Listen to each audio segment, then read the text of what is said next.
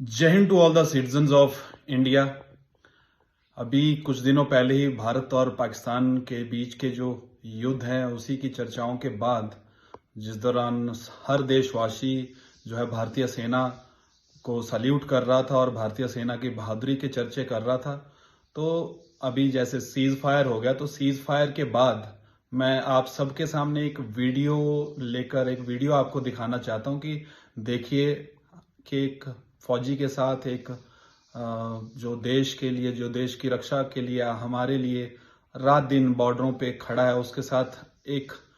Train में किस तरह से उसको सफ़र करना पड़ता है, उसको किस तरह से हमारे सिस्टम द्वारा ट्रीट किया जाता है, उसके ऊपर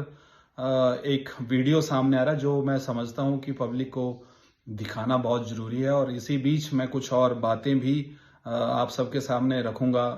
इसी हिप्रोक्रेसी के ऊपर। बट सबसे पहले आप ये वीडियो जरूर देखें। ये वीडियो में आप देख सकते हैं कि किस तरह से जो हमारे जवान हैं वो टॉयलेट के पास या नीचे सोने के लिए मजबूर हैं। मैं यहाँ पे अपनी गवर्नमेंट से ये सवाल करना चाहूँगा कि पहले जो भी ट्रेन्स होती थी वहाँ पे एक मिलिट्री कोचेज़ अलग से ट्रेन में होती थी, जिसमें अगर कोई जवान सफ़र बिना रिजर्वेशन के भी कर रहा था तो वो आराम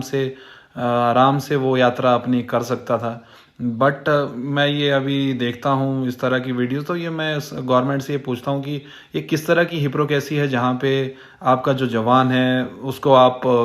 आप जो नेता लोग हैं वो सोशल मीडिया में आकर उसको देश का रक्षक बोलते हैं, लेकिन जो हकीकत है वो देखिए आप किस तरह का घटिया व्यवहार आप हमारे जवानों के साथ ये करते हैं। कुछ लोग ये कहेंगे कि जवानों को पहले सीट बुक करनी चाहिए, तो उन लोगों को मैं ये ज़रूर बताना चाहूँगा कि ऑफिसर्स और जो जवान होते हैं उनको छुट्टी बिल्कुल लास्ट मिनट में मिलती है due to exigencies of service, इसलिए they can't have time to get prior reservation done, इसलिए एकदम से छुट्टी मिलने की वजह से उनको जो अलग से या पहले एडवांस वो रिजर्वेशन नहीं कर पाते हैं बहुतों बार। और साथ ही मैं लोगों से भी ये सवाल, हमारी जनता से भी ये सवाल ज़रूर पूछना चाहूँगा था कि क्या आप अपने जो सोल्जर्स हैं, क्या जो जवान हैं, उनको सिर्फ तभी याद करोगे या सम्मानित करोगे जब देश में युद्ध की स्थिति होगी, इससे पहले नहीं करोगे? क्या इस देश में सिर्फ और सिर्फ लोगों की जो देशभक्ति है वो 15 अगस्त या 26 जनवरी को ही जागती है और इसके अलावा जो उनकी देशभक्ति है वो 24 घंटे में ख़त्म हो जाती है? या तो इस तरह का जो व्यवहार है उसमें तो मुझे यही लगता है कि लोगों की जो देशभक्ति है वो सिर्फ 24 घंटे वाली देशभक्ति है। जहाँ मैं ये एक चीज़ और मानता हूँ कि यहाँ पे जो जवानों के जो एनएफयूज़ हैं, जो पेंडिंग एनोमलीज हैं, कोई मेडिकल क्लेम्स हैं, जो 5th पे कमीशन के भी पेंडिंग चल रहे हैं, बल्कि अभी 8th पे कमीशन भी अनाउंस हो चुका है। आखिर जो गवर्नमेंट है इन इश्यूज़ को कैसे भूल सकती है? क्या हमारे नेता जो है सिर्फ जुबान, जो लिप सर्विस है उसी के ऊपर विश्वास करते हैं और सिर्फ इनको अपना पॉलिटिकल या जो आइडियोलॉजिकल बेनिफिट है वही नज़र आता है इसमें? क्योंकि एक चीज़ अलग है कि भाई जो सर्विंग सोल्जर्स हैं, जो इनकी फैमिलीज़ है, कोई वो बड़ा वोट बैंक नहीं है, इसीलिए कोई भी पॉलिटिकल पार्टी इनके इंटरेस्ट या हित की, कोई जवान के हित की कोई बात नहीं करता है। क्योंकि कुछ लोग सिर्फ ये सोचते हैं कि आप जो है जवानों को दिवाली पे बस लड्डू खिला दो और अगर उन्होंने मिलिट्री ज्वाइन की है तो उनको हमने पैसा दे दिया है शहीद होने के लिए, तो वहाँ पे आपकी ड्यूटी जो है कंप्लीट हो गई। लोगों को लगता है कि मिलिट्री की जो रिक्वायरमेंट है अब बिग सिटीज़ में भी नहीं है, बट अब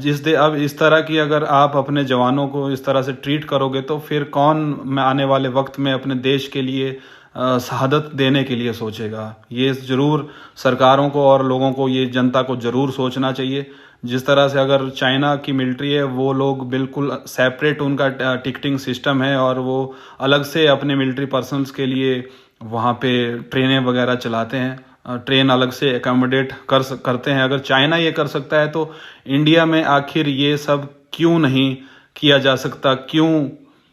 जो हमारे जवान, जो इंडियन मिलिट्री, पैरामिलिट्री फोर्सेस, बाकी जो भी पैरामिलिट्री के अलावा जो भी पुलिस, ये वो जो भी सर्विस ये करते हैं, उनके सेक्रीफाइसेस को क्यों अननोटिस किया जाता है? They deserve the best equipment and living quarters, they deserve special military coaches. और क्या लोग सिर्फ और सिर्फ हमारे जो जवान हैं उनको सिर्फ कैंटीन और लिक्वर कार्ड के लिए ही याद करते हैं?